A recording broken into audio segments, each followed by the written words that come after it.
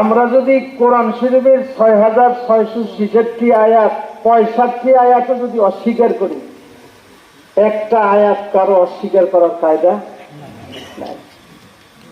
কুল্লু নাফসিন যায়কাতুল মাউত, সকলকে মৃত্যুর স্বাদ গ্রহণ করতেই হবে, এই আয়াত কিন্তু অস্বীকার করার ক্ষমতা কারো নাই। যে যত শক্তি ধরে হই না কেন, এক সময় শক্তি বুঝে যায় কিনা ভাই? আল্লাহ একই পাতিলের ভাত বাবাও খায়, মায়ও খায়, বাচ্চারাও খায়, নাতিপুতিও খায়। একই পাতিলের ভাত খাইলে একই রকমের হওয়ার কথা ছিল না? কিন্তু তা হয়।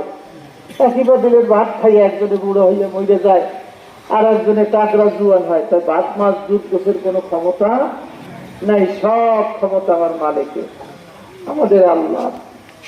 আমার ভাইরা, আপনি যদি কবরে যাওয়ার পরে